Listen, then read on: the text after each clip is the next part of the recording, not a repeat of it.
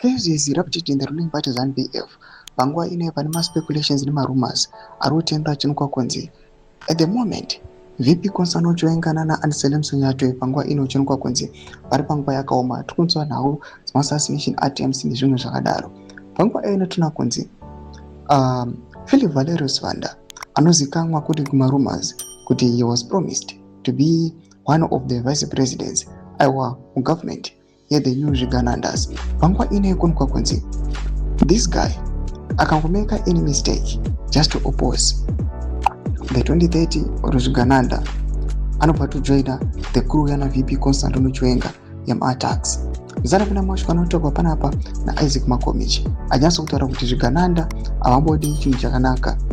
Kana uri kuside kwavo uchivasupporta they praise you, but once wangova against watu wapangu yako manova subscribe or like on the bell icon. Makomichi amudanyira chiti it's said kuti you got pressed kana vachiona kuti you are quiet or they can control you.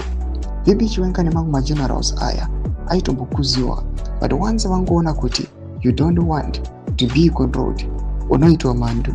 Ipapa generals Vanda vakangoti pasine mbavha unotoona Nick Mangwana ari kuvakuza oti vashata oro kutonzi havana kurwa hondo apa unoshandiswa wozoraswa kumberi uko. Vese vairasiswa vaitonzi iwewe ndiwe munhu wangu wandinoda oro kunzi I will recommend you kuna chef oro kune vanhu vane basa, but the truth is vananiki nanamuliswa they are just users. It doesn't make sense until yasvika nguva yako yekurashwa popinzwa hama yavo.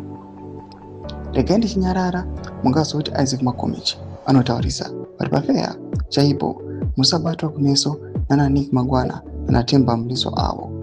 Unongoitwa zvakaitwa vamwe ndo madevelopments ari kuda panguva inoi tichiona kuti hazvisina kubuda zvakanaka the ruling party ZANU-PF. Pinda comment section yedu dzavhura enyi matokudi pamusoro pechitiko ichi. Musaona subscribe or like, wanchita turn on the bell icon.